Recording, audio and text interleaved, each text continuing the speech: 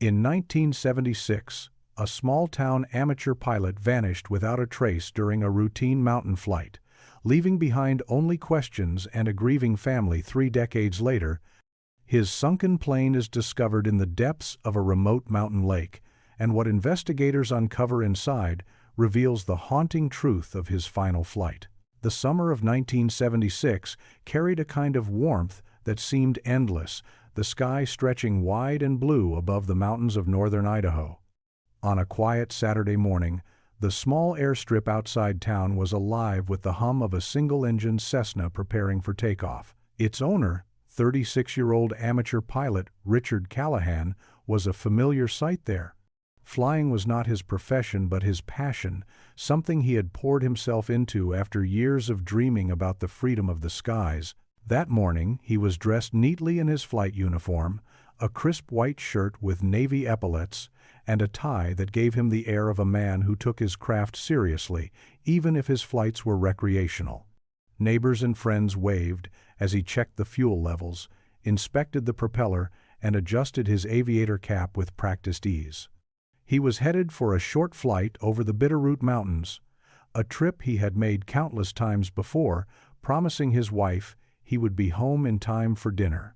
The Cessna lifted smoothly into the air, its engine's steady buzz fading into the distance until it was swallowed by the rolling hills and jagged ridges. Hours later, when the sun dipped lower and shadows began to stretch long across the fields, the airstrip manager realized Richard had not returned.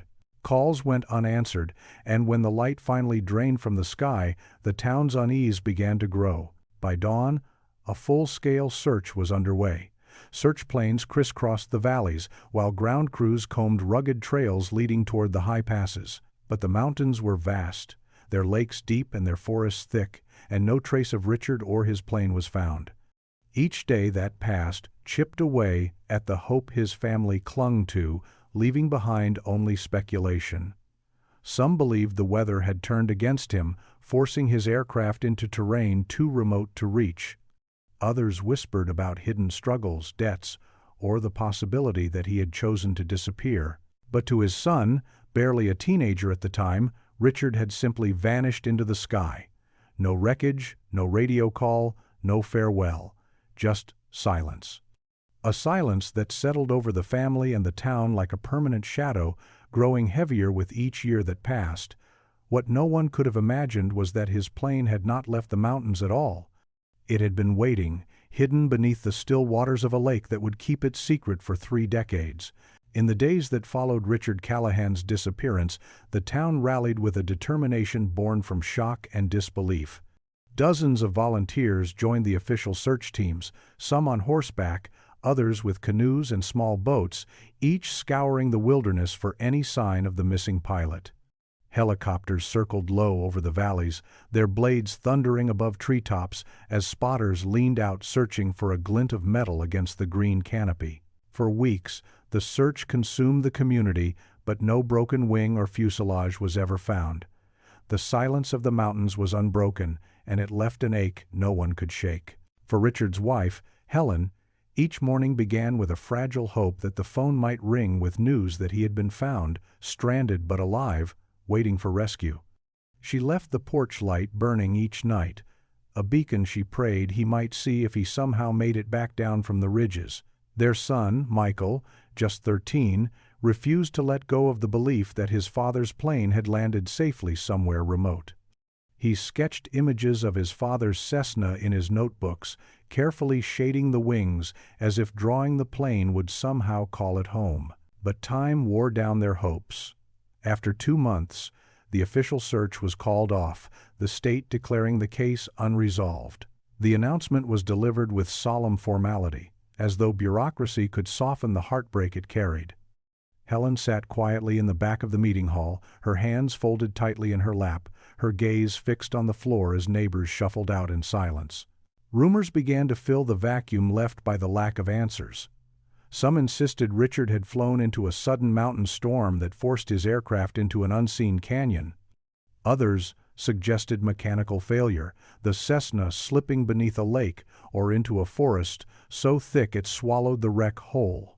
A darker theory whispered that Richard had debts and vanished by choice, leaving behind the burdens he could no longer carry. Through it all, Michael never accepted the idea of abandonment. To him, his father was not the type to walk away from family or from responsibility. He believed there had to be a reason the plane was never found, and that reason was hidden in the mountains themselves. What no one knew then was that he was right, and the mountains were keeping their secret far longer than anyone imagined.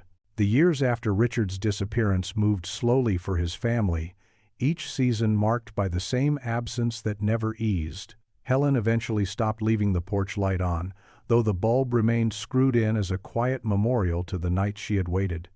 Bills piled up. The small savings Richard had left behind stretched thinner each month. She took on extra shifts at the library, her face growing lined with the weight of unanswered questions. Neighbors offered kind words, but kindness could not fill the empty chair at the kitchen table or the silence that followed family prayers. For Michael, adolescence became a blur of grief and resilience. He learned to mow lawns, fix fences, and work small jobs around town, taking on responsibilities long before his peers ever thought about them. At school, he was the boy whose father had vanished, the subject of whispers that alternated between pity and speculation. On weekends, he hiked into the foothills with friends, eyes always scanning the horizon for any flash of metal that might mean his father's plane. The forest felt alive to him, not with comfort but with secrets, as though the ridges were guarding something they refused to give up. Every now and then, someone would claim to have heard a low engine in the mountains at night or glimpsed a small white plane gliding over the valley. Those stories would flicker through town like sparks, reigniting hope only to fade into disappointment when nothing came of them. By the early 1980s, even those rumors quieted. The case was considered a mystery best left to the past, though for Helen and Michael it remained part of their daily lives. Michael grew into adulthood, carrying the weight of uncertainty. He kept a box of his father's belongings tucked away beneath his bed, aviator sunglasses, a logbook of completed flights, and a faded photo of the Cessna parked on the runway. On sleepless nights, he would read the flight entries, his finger tracing the inked lines as if the careful handwriting might give away a hidden clue. Though decades passed, one truth never changed. Richard Callahan had vanished without a trace, and the mountains still held him. What no one yet realized was that the answer had been resting silently beneath dark water, only to be revealed when the world was ready to look again. By the mid-1990s, Richard Callahan's disappearance had slipped into the realm of local legend. For newcomers to the mountain town, it was just a story repeated over coffee at the diner or told around campfires at the edge of the forest. To Helen and Michael, now grown, it was still a wound that had never healed. Helen had grayed early, her once hopeful expression settling into quiet endurance. She rarely spoke of her husband anymore, but every year on the anniversary of his flight, she visited the airstrip alone, standing where his Cessna had last lifted off. Michael, now in his 30s, had become a man shaped by the mystery.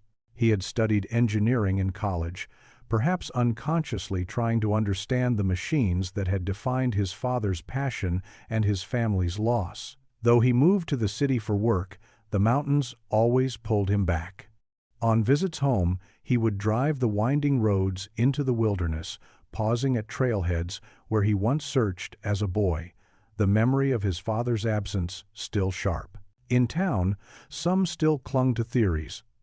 Old-timers swore Richard must have been caught in a sudden storm that forced him into a narrow canyon. Others whispered that his plane had gone down in one of the deep alpine lakes scattered through the Bitterroots. The lakes were cold, steep-sided, and impossible to fully explore with the technology available at the time. Once a body or wreckage sank beneath their dark waters, it was as if the earth itself had claimed it. It was on one of these trips back to the mountains that Michael stood at the edge of Clearwater Lake, its surface glassy under a late summer sun. He remembered hiking there with his father as a child, the older man pointing out the way the ridges framed the sky, like gates to another world. Michael found himself wondering if this was where his father had ended up, entombed beneath the still water all these years. He skipped a stone across the surface, watching the ripples spread and vanish. The thought unsettled him, yet it also felt closer to the truth than the stories of abandonment or foul play. Somewhere in the silence of the wilderness, he knew, the answer was waiting. It was only a matter of time before it revealed itself. By the early 2000s, technology had begun to outpace the mysteries that once felt permanent. Sonar mapping, underwater drones, and advanced diving equipment were making it possible to search places that had long been considered unreachable. For investigators of cold cases, these tools breathed new life into old files, offering a chance to peer into the hidden places of the earth where secrets had rested undisturbed for decades. It was during a state-funded environmental survey that Clearwater Lake returned to the conversation. Researchers tasked with measuring water depth and mapping the lake bed brought with them side-scan sonar, a device capable of painting ghostly images of what lay below. To the scientists, it was routine work. To the town that had whispered about its missing pilot for 30 years, it was the first glimmer of possibility in a generation. The sonar operators were the first to notice the anomaly. At a depth of nearly 200 feet, their monitors revealed a shape that was too symmetrical to be a natural formation. A long fuselage-like body, wings stretching outward, and a faint outline of a tail fin appeared in the grainy scan. The crew exchanged quiet looks, the weight of what they were seeing dawning on them slowly. They marked the coordinates and logged the data, aware that they might have stumbled across something more than just geological history. When news of the anomaly reached the county, it spread quickly. For some, it sparked skepticism. After all, decades of searches had turned up nothing, and the lake had long been considered too deep to hold answers. But for others, especially Michael, now a grown man with a family of his own, the information landed like a tremor in his chest. For the first time since he was 13, there was a tangible reason to believe his father's plane had not vanished into thin air. He returned to Clearwater Lake soon after, standing on the same shore where he had once skipped stones as a boy. This time, his gaze lingered not on the horizon, but on the water itself, dark and inscrutable. Somewhere beneath that surface, perhaps within reach for the first time in 30 years, might be the plane that had carried his father into silence. The lake was no longer just a place of memory. It was about to become the stage, where truth finally rose from the depths. The decision to investigate the sonar image came quickly. A diving team was assembled, men and women who specialized in deep water recovery. Clearwater Lake was known for its cold, dark depths, water so clear at the surface yet so lightless below that even experienced divers approached it with caution. The crew set up on a chilly morning in early autumn, their boats lined with ropes, tanks, and floodlights that would cut into the underwater blackness. Michael stood on the shore as preparations began, his hands buried in his jacket pockets. He had been invited to witness the effort, though he was warned not to expect miracles. Decades underwater could scatter a wreck into fragments, and even if the plane was intact, time would have left it scarred and skeletal. Still, he couldn't stop his eyes from scanning the lake's smooth surface, trying to imagine what lay beneath. When the first diver slipped into the water, silence settled over the group. The only sound was the hiss of the air tanks and the faint slap of waves against the boats. Minutes stretched longer than they should have as the diver descended, following a line down toward the coordinates provided by the sonar team. Michael kept glancing at the watch on his wrist, each tick of the second hand tightening the knot in his stomach. Then a crackle of static came over the radio, followed by the diver's voice, calm, measured, but laced with awe. "I see it. Definitely a plane. Intact fuselage, wings buried in silt." The words landed like thunder. Technicians leaned over monitors, marking positions and recording the feed. Michael's legs felt weak, and he lowered himself onto a bench, pressing his hands over his mouth. After 30 years of emptiness, there it was, resting silently in the deep, as though it had been waiting all this time. The diver surfaced after what felt like hours, his mask dripping with lake water, his face pale but certain. "It's his plane," he confirmed. Cessna, matching the dimensions exactly, tail number still faintly visible. Michael closed his eyes, tears stinging despite the cold air. The mystery that had haunted his life was no longer speculation, no longer a story told in whispers. His father's plane had been found, and with it the doorway to answers that had been buried for 3 decades. The lake had kept its secret, but now it had finally begun to give it back. The following day, the dive team returned with cameras and stronger lights, determined to capture every detail of the wreck resting on the lakebed. The grainy sonar image had been enough to spark confirmation, but now there would be proof visible to everyone who had waited 3 decades for answers. Michael stood on the deck of one of the boats, wrapped in a heavy coat as the autumn wind cut across the water. He could not take his eyes off the spot where the divers had disappeared the day before, the coordinates now marked with a bright orange buoy bobbing against the surface. As the divers descended, their helmet-mounted cameras began transmitting live footage to a monitor secured on deck. At first, the screen was only filled with bubbles in the shifting haze of descending silt, but then, as the beams of light steadied, the shape emerged from the gloom. The fuselage lay tilted on one side, its once bright paint dulled by 30 years of water and algae. The wings were partly buried, their edges softened by sediment. But there was no mistaking it, the plane was intact, preserved by the cold depths like an artifact sealed in time. The tail number was captured clearly enough for the officials on deck to confirm it belonged to Richard Callahan's Cessna. Michael's chest tightened as he traced the numbers on the screen with his finger, the same numbers he had memorized as a boy staring at the photograph of his father's plane. For so long, it had felt like the aircraft had been erased from the world. Now it lay before him, its body silent but not gone. The divers swept their lights across the cockpit windows, murky with growth but unbroken. A faint outline of the pilot's seat could still be seen.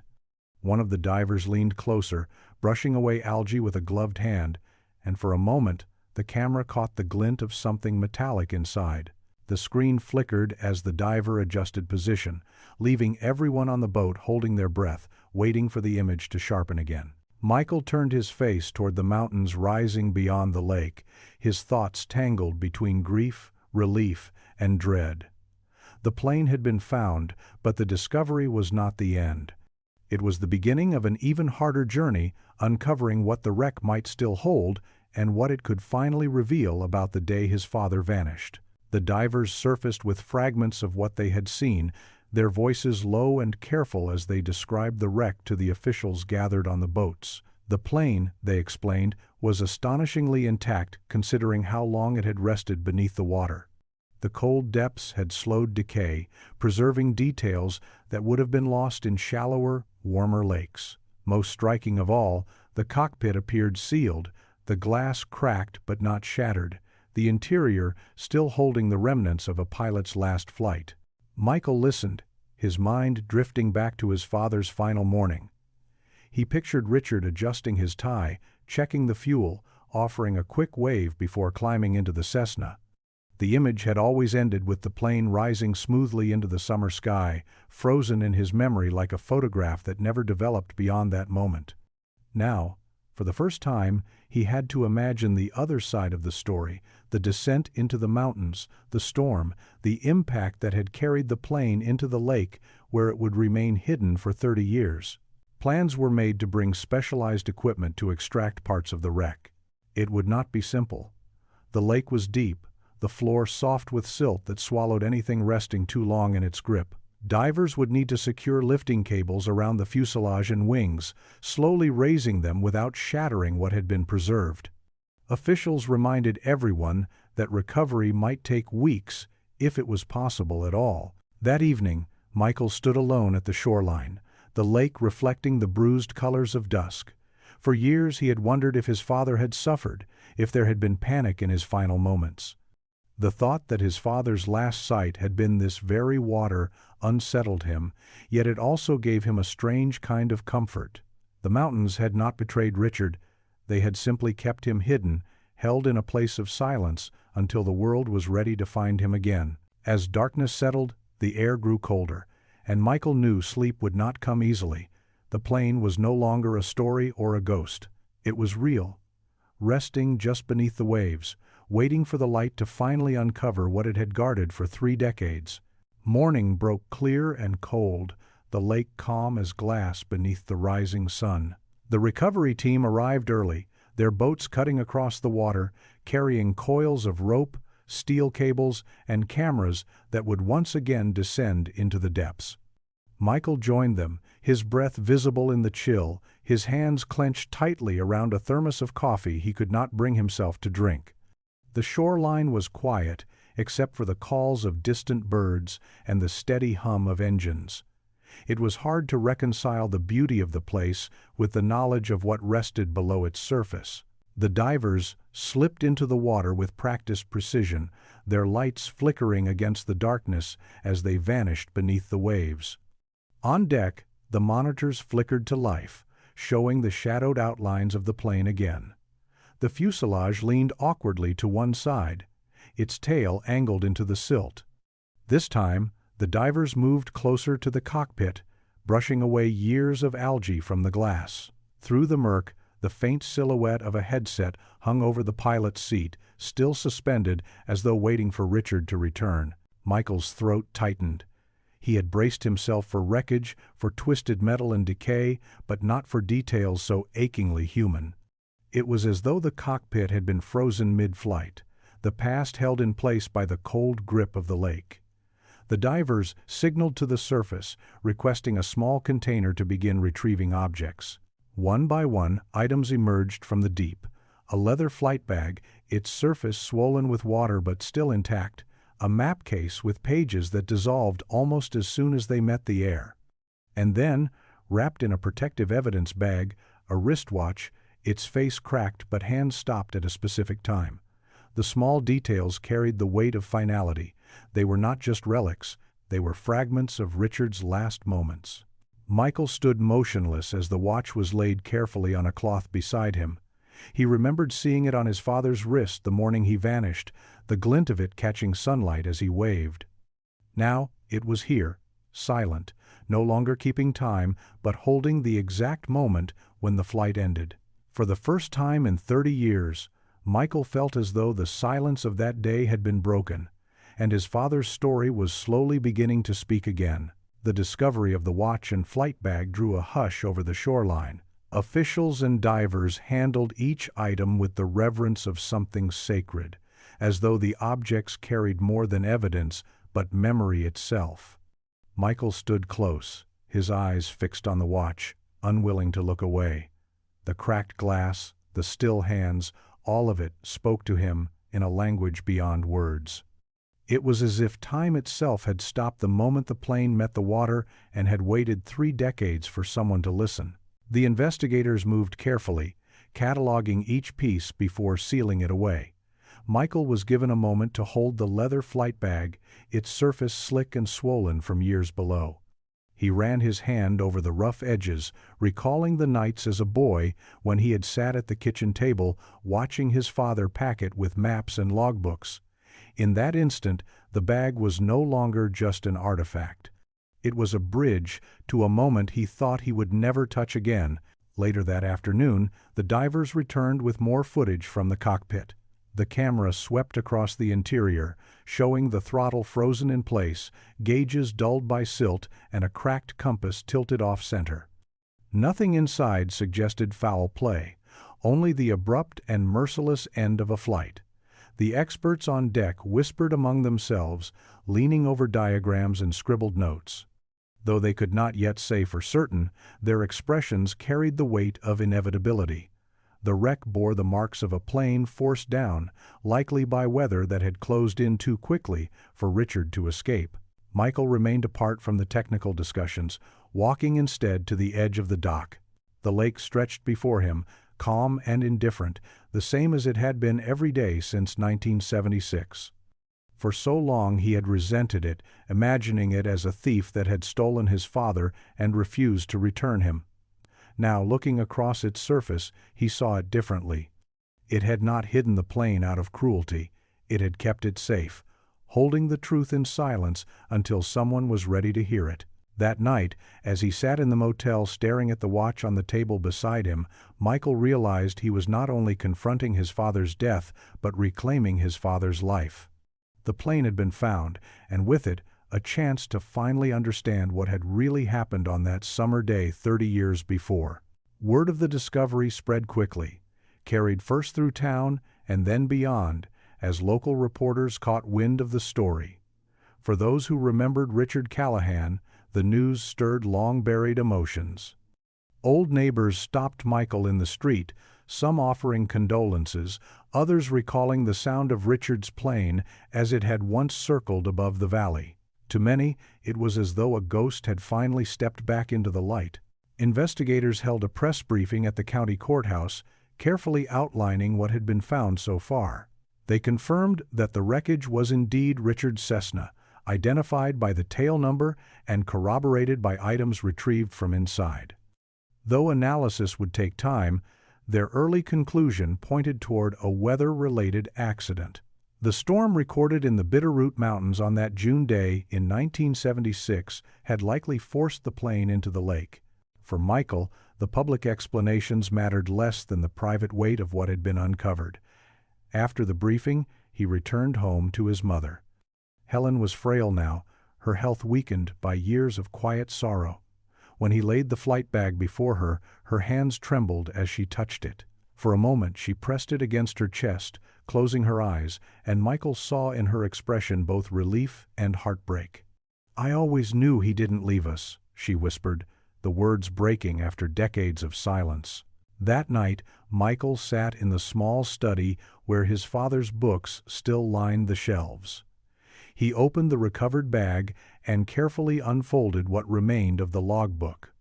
The ink had bled, and the paper was fragile, but faintly visible were the last entries his father had written. Notes about fuel, airspeed, and weather conditions filled the pages in Richard's steady hand. There was no sign of panic, no indication that he had intended anything other than another safe return. The realization settled over Michael like a tide. His father had not been reckless, nor had he chosen to vanish. He had been caught by the mountains and the storm, just as so many others had been before him. The difference was that now, after 30 years, the truth was no longer hidden beneath water and silence. It had surfaced, giving voice to a story that had waited far too long to be told. The recovery effort pressed forward in the following weeks, the lake becoming a hub of quiet determination. Barges anchored above the wreck, their decks crowded with winches, cables, and men in heavy waterproof gear. Each day, divers descended into the cold, attaching rigging to the plane piece by piece.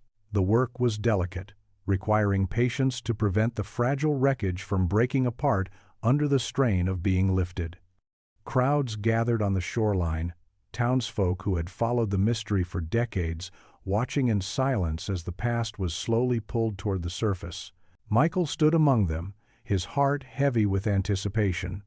The plane had lived so long in his imagination that to see it again felt almost impossible, as though it belonged to another world.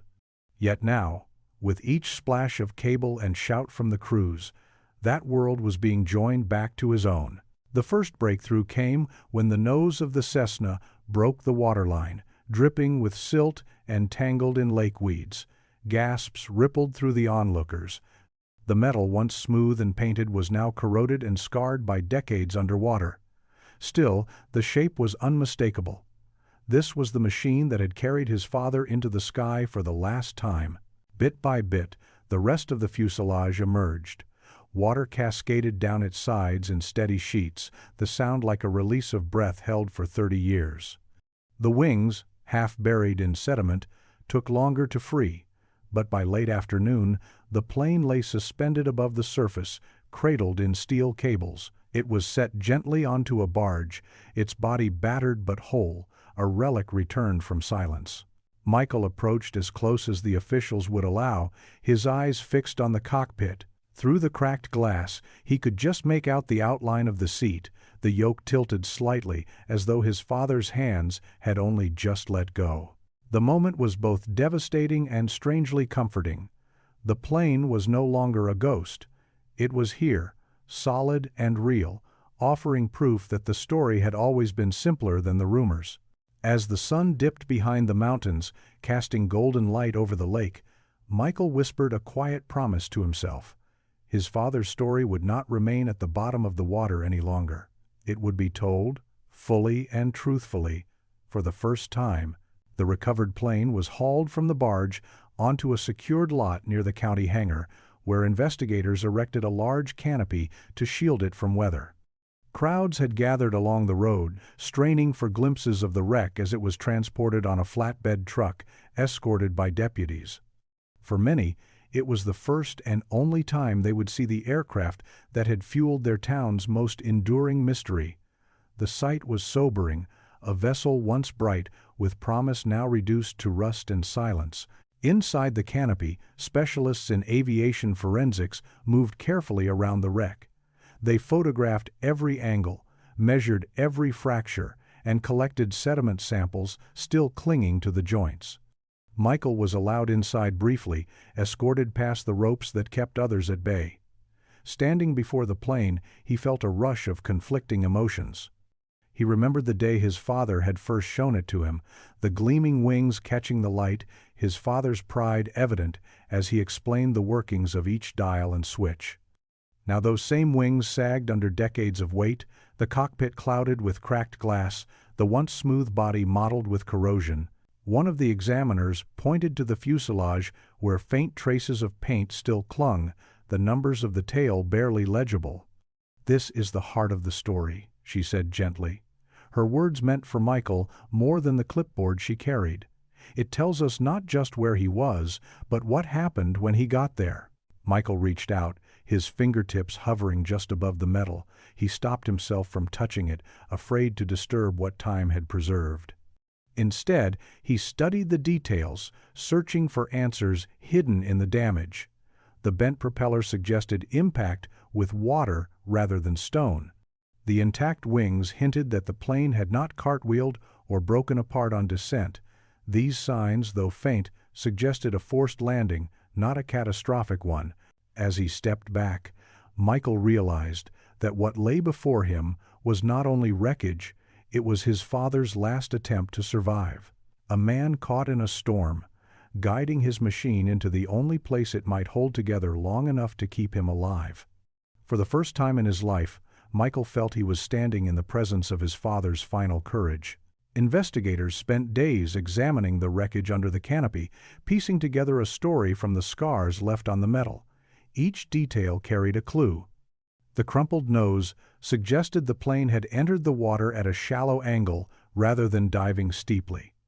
The bent propeller showed the engine was still turning when it struck. The wings, though corroded, bore no signs of fire or explosion. To the experts, it painted the picture of a pilot fighting to keep control in impossible conditions, trying to land rather than surrender to the storm. Michael listened carefully as they explained their findings, each word sinking into him with both weight and relief. For decades, the uncertainty had allowed rumors to thrive. Some had believed his father reckless. Others whispered he had abandoned his family entirely. But the wreck told a different truth, one written in dents and fractures rather than speculation. Richard had tried to save himself and to come home. He had not given up. Among the recovered items, the leather flight bag drew the most attention. Inside, technicians found notebooks swollen from water but still legible in parts. One page bore an entry from the morning of the flight, neat handwriting recording weather patterns and expected winds across the ridges. The note ended with a simple phrase, "Clear skies forecast, returning by dinner." Michael read it twice, his throat tightening. It was not the statement of a man running away. It was the everyday routine of someone who planned to walk through the front door that evening. The investigators concluded that a sudden storm, not forecast and not anticipated, had likely swept over the Bitterroot Mountains that afternoon. Without modern radar or GPS, Richard would have had little warning and even fewer options. The lake, wide and flat amid the surrounding cliffs, had been his only chance at survival. It explained why the fuselage remained intact, resting gently in the depths rather than shattered across stone.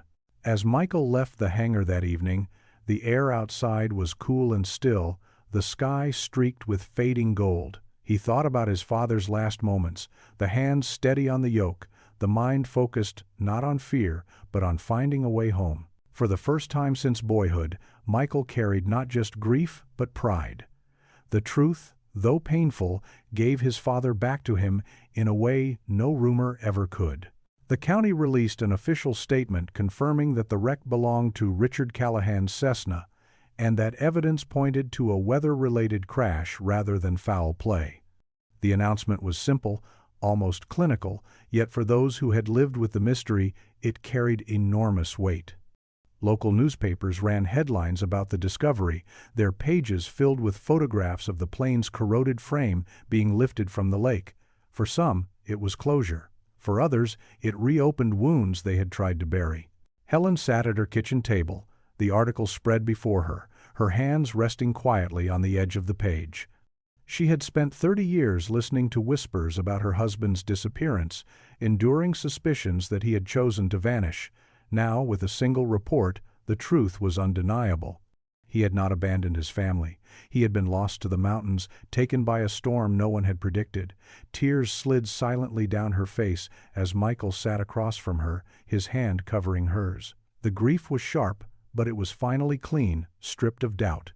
In town, old friends who had flown with Richard gathered at the diner to talk about the discovery.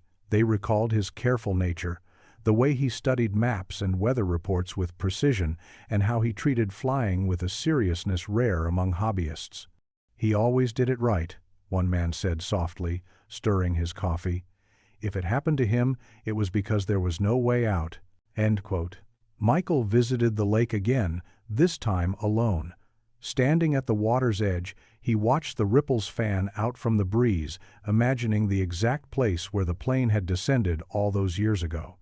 The silence of the place struck him differently now.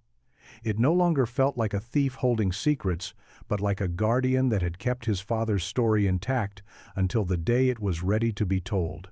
As the sun dipped behind the ridges, Michael whispered into the fading light, "I know now." His words disappeared into the wind, but he felt certain they reached the man who had once soared above these same mountains. For the first time since childhood, the silence that followed did not feel empty. It felt like an answer. The investigation continued into the details of Richard's final flight, as forensic experts studied every inch of the recovered Cessna. In a temporary lab set up near the county hangar, engineers examined the engine block, scraping away layers of rust to confirm that it had been functioning at the time of impact. The propeller damage supported what the divers had already noted: the engine had not failed. Richard had been flying when he hit the water, which meant the storm, not mechanical error, was responsible. Michael watched quietly as specialists worked. He was struck by how methodical they were, pulling meaning from dents and fractures, each mark on the metal becoming a sentence in the story of his father's last moments. The cockpit yielded its own fragments: a headset with the cord still coiled, a waterlogged navigation chart folded with neat precision, and a pen lodged between the seat and the console as if dropped mid-flight. Small things, yet each one carried a weight that pressed into Michael's chest.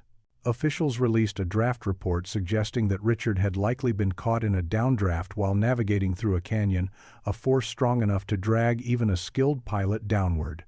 With visibility gone and cliffs on either side, the lake had been his only chance. He had aimed for it, managing to bring the plane down in one piece, but the water had sealed his fate within minutes. It was an explanation that made sense, though it did little to soften the ache of loss. That evening, Michael carried the recovered navigation chart home. He spread it across his kitchen table, smoothing the damp creases carefully. Faint pencil marks traced the intended route, small circles noting waypoints. His father's handwriting, faded but still visible, marked one corner with the word "clear." Michael sat in silence, running his fingers along the lines, imagining his father charting the course with quiet confidence, never suspecting the storm that lay ahead. For 30 years, Michael had lived with questions that gnawed at the edges of every memory. Now, as he looked at the map, he understood that his father had done everything right. The loss had not been born of neglect or choice, but of circumstance. It was a hard truth, but in its honesty, Michael found something close to peace. The county coroner joined the investigation once the cockpit was opened fully, examining what little remained within. After 3 decades beneath the cold waters of Clearwater Lake, there were no human remains to identify, only fragments of fabric that had once been part of a shirt sleeve and the corroded buckle of a belt still strapped to the pilot's seat. These remnants were carefully bagged and labeled, treated with the solemn respect owed to a life that had ended in silence. For Michael, watching from a distance, it was both devastating and strangely affirming. His father had been there. The seat had not been empty, the plane not abandoned. Richard had stayed with the aircraft until the end, doing everything possible to bring it down safely. The official report began to take clearer shape. Meteorological records from June of 1976 were retrieved, showing a sudden storm system that had swept through the Bitterroot Range with little warning. Winds had shifted violently, visibility dropping to almost nothing. Pilots flying in the region that day recalled turbulence, so severe their instruments rattled in their hands. For a small single-engine plane like Richard's Cessna, it had been a battle against forces greater than any skill could overcome. Michael met privately with the lead investigator, who laid out the evidence with a kind of quiet compassion. The bent propeller, the intact wings, the lack of fire damage, all of it told the same story. Richard had fought for control, had aimed for the lake as his last chance, and had managed to bring the plane down in one piece, but once in the water, there had been no way out. The weight of the engine dragged the nose under, and within moments the plane had slipped beneath the surface. That night, Michael sat in his childhood home, the house still carrying faint echoes of his father's presence. On the mantel rested the cracked wristwatch, sealed now in an evidence bag, its frozen hands forever marking the time of the crash. He stared at it for a long while, thinking of his father in those final moments. Not a man giving up, but a man fighting with everything he had to make it home. The truth was painful, but it was also noble. Richard had not vanished into mystery. He had met the storm head-on, and though the mountains had claimed him, his courage had endured. Michael found himself walking through town more often in the weeks after the wreck was recovered, drawn to the people who had known his father in life. The discovery had stirred old memories, and neighbors who had once spoken cautiously about the disappearance now stopped him with stories. At the hardware store, a man recalled how Richard had fixed a roof for him after a storm without asking for payment. At the diner, an elderly waitress remembered the way Richard always tipped generously, no matter how small the bill. Each story filled in pieces of the man who had been buried not only by water, but by years of unanswered questions. The local church held a small service, not a funeral exactly, but a gathering to acknowledge what had finally been brought to light. The pastor spoke of storms and valleys, of faith tested by long silence, and of the comfort that comes when truth is no longer hidden. Helen sat in the front row, her son's hand steady on hers, tears running down her face as townsfolk offered embraces and quiet words. For 30 years she had carried the weight of doubt alone, and now she felt the burden lifting. After the service, Michael lingered outside with an old pilot who had trained with his father in the early 70s. The man's voice was rough, but his eyes were kind as he told Michael something he had never heard before. "Your dad was cautious to a fault. Some thought he was too careful, always double-checking every line on a chart, every rivet on his plane. That's why I never believed he'd run off or crash from carelessness. If the mountains took him, it was because he fought them as best he could." The words struck Michael deeply, affirming what the wreck itself had already whispered. His father's last act had not been surrender, but resistance. Later that evening, Michael returned to Clearwater Lake alone. The surface rippled gently in the wind, glowing with the light of the setting sun. He sat on a rock at the shoreline, listening to the water move, feeling a connection that went beyond grief. The lake no longer seemed like a thief that had hidden his father, but a keeper that had preserved the truth until it could be found. In that moment, Michael felt for the first time that the silence around his father's disappearance had finally been broken. Winter crept into the valley, laying frost across the fields and leaving a thin skin of ice along the edges of Clearwater Lake. The wreck had been moved to a secured hangar by then, its pieces carefully arranged on tarps where investigators continued their slow work. Michael visited often, standing quietly as experts pointed to fractures in the fuselage or water damage along the wings. Each explanation brought him closer to understanding, yet what struck him most was not the science, but the quiet dignity of the machine itself. It looked weary, as if it had carried the weight of a secret for too long. One afternoon, the lead investigator called him aside. In her hands, she held a small package wrapped in clear evidence plastic. Inside was a pair of aviator sunglasses, the frame bent but still intact, the lenses clouded with sediment. Michael recognized them instantly. His father had worn them on nearly every flight, the same glasses he had pushed up onto his head when he smiled for photographs by the plane. Seeing them now was like looking through a window into the past. He reached out but stopped just short of touching the plastic, his chest tightening with emotion he could barely contain. At home, he laid the photograph of his father beside the recovered glasses. The image showed Richard standing on the runway, sunlight flashing against the lenses as he leaned against the Cessna's wing. For years, the picture had been little more than a relic of a happier time. Now, with the glasses before him, the photo felt alive again, bridging decades of silence.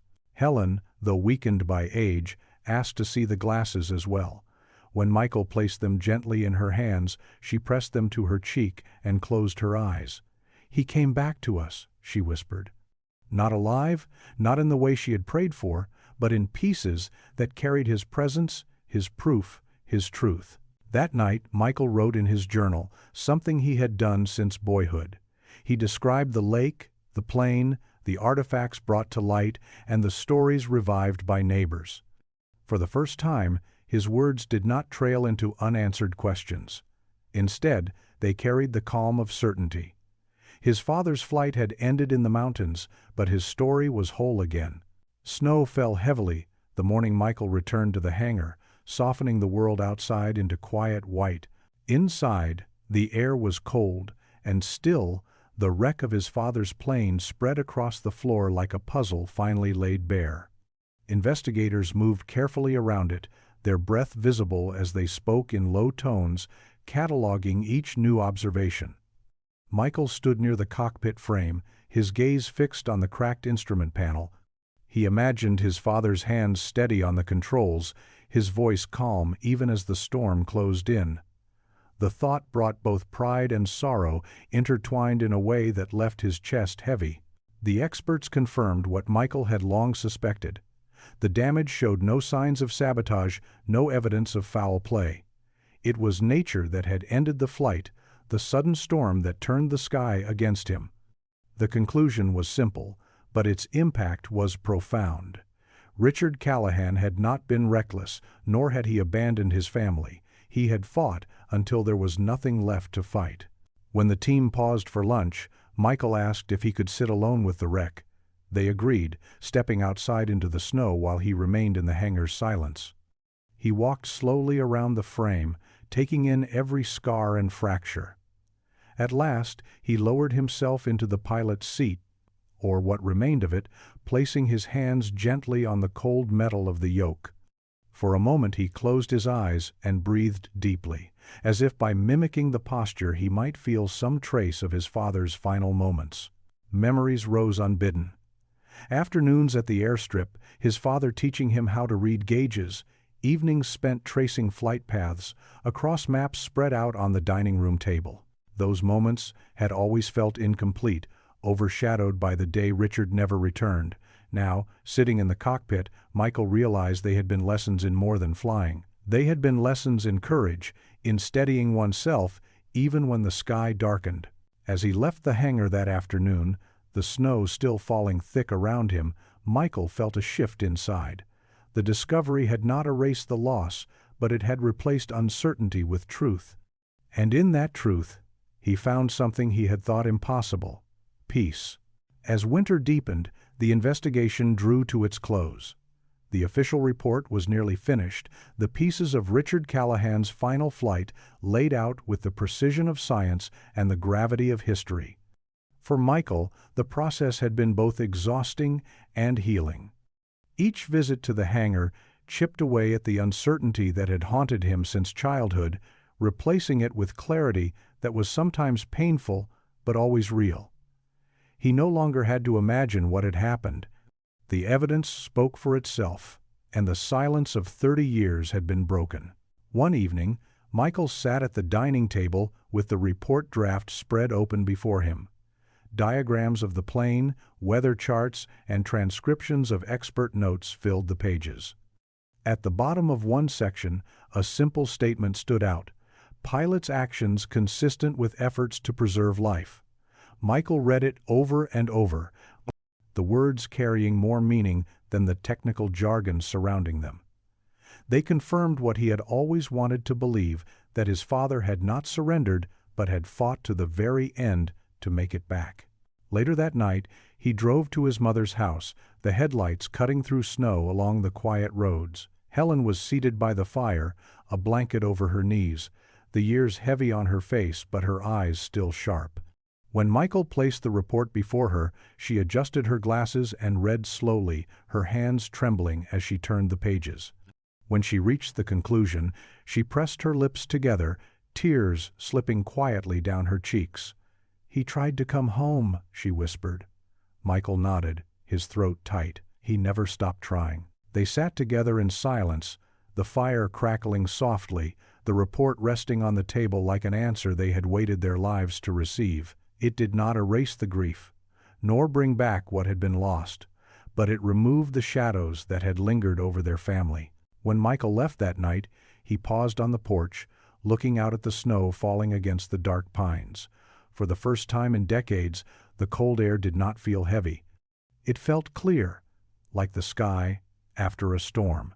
His father's absence remained, but it was no longer a mystery. It was a story, whole and true, finally set free. Spring thaw came to the valley, melting snow from the ridges and sending streams of cold water rushing down into Clearwater Lake. The ice that had rimmed the shoreline broke apart, drifting slowly into the deeper waters where the wreck had once rested. Nature seemed to move on effortlessly, as though the discovery of the plane was just another season turning. For Michael, however, the thaw carried a different meaning. It felt as though the lake itself had finally released its grip, no longer guarding the silence that had haunted him since boyhood. The county invited him to speak at a small gathering where officials would formally close the case. The event was held in the courthouse, its old wood-paneled walls echoing with voices that carried both solemnity and relief. Neighbors filled the benches, many of them gray-haired now, their faces etched with lines of age and memory. They had been young when Richard vanished, some volunteering in the original search, others whispering theories in the years that followed. Now, they came to hear the ending of a story they had lived alongside for decades. When Michael was asked to say a few words, he hesitated at first. Public speaking had never been his strength, and the weight of the moment pressed hard against his chest. But when he stepped to the podium and looked out at the gathered faces, something steadied him. He spoke of his father's love for flying, of his meticulous preparation, and of the strength it took to face a storm no one could have anticipated. He told them about the artifacts recovered, the flight bag, the map, the watch frozen in time, and how each piece carried the truth that Richard had fought until the very end. The room was quiet as he finished, a silence filled not with doubt but with understanding. For years, his father's name had been tied to uncertainty, but now it was tied to courage.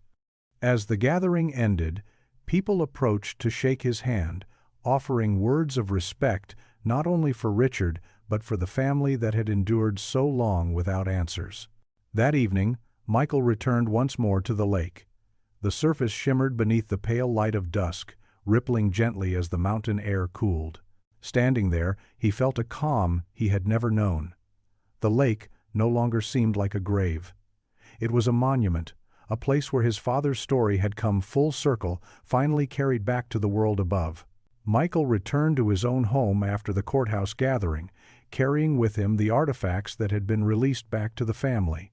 They were small things, yet they seemed to fill the rooms with a presence that had been missing for 3 decades. The cracked wristwatch sat on his mantel, the bent aviator sunglasses lay in a velvet-lined box, and the waterlogged logbook rested in a drawer, fragile but preserved. Each time he passed by them, he felt the weight of both loss and restoration. They were not just reminders of his father's death, but of the life he had lived and the choices he had made in his final moments.